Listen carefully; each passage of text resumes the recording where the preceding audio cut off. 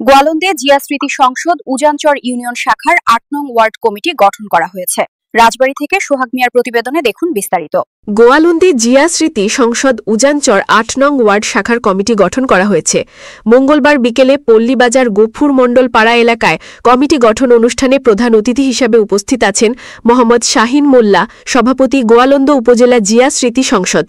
বিশেষ অতিথি হিসাবে উপস্থিত ছিলেন মোহাম্মদ রেজাউল হক রেজা, সাধারণ সম্পাদক উপজেলা জিয়া স্মৃতি সংসদ, মোহাম্মদ নজরুল ইসলাম বাচ্চু, সভাপতি পৌর জিয়া স্মৃতি সংসদ, হাসান মৃধা, সাধারণ সম্পাদক পৌর জিয়া স্মৃতি সংসদ, হাশেম খান, সহ সভাপতি জিয়া স্মৃতি সংসদ, রুহুল আমিন বিশ্বাস, যুগ্ম সাধারণ সম্পাদক উপজেলা জিয়া স্মৃতি সংসদ, ফজলু, যুগ্ম সাধারণ সম্পাদক উপজেলা জিয়া স্মৃতি সংসদ, লুৎপর রহমান, সাংগঠনিক সম্পাদক উপজেলা জিয়া স্মৃতি সংসদ, মোহাম্মদ নুরুল ইসলাম মৃধা, সভাপতি দেবগ্রাম ইউনিয়ন জিয়া স্মৃতি সংসদ সহ অন্য অনেকে।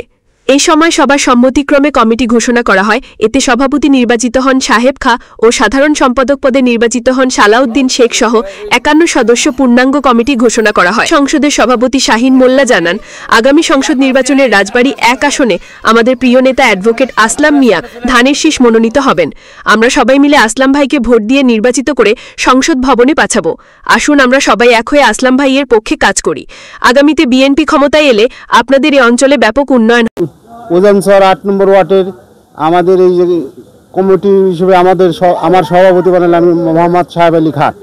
এই নিয়ে আমার আসলাম ভাইকে নিয়ে আমি নির্বাচনে মাঠে থাকবো। আসসালামু আলাইকুম। সংসদের পক্ষ থেকে আমাকে যে সহযোগী বানালো তাদের কাছে আমি আন্তরিক কৃতজ্ঞ। ওয়ার্ডে জিয়া স্মৃতি সংসদে যে ওয়ার্ড কমিটি ঘোষণা করার জন্য আমাদের একটা উদ্দেশ্য, শুধু কি উদ্দেশ্য? আমাদের দেশনায়ক তারেক রহমান ও আমাদের দেশমাতা বেগম খালেদা জিয়া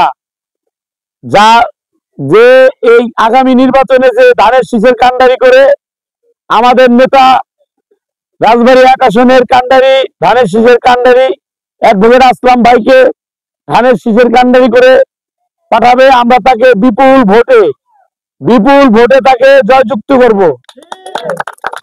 সেই তারই ধারাবাহিকতা আমরা যদি ঘরে বসে বসে বলি জয়যুক্ত করবো বিপুল ভোটে, তাহলে কি মানুষ আমাদের ভোট দিবে?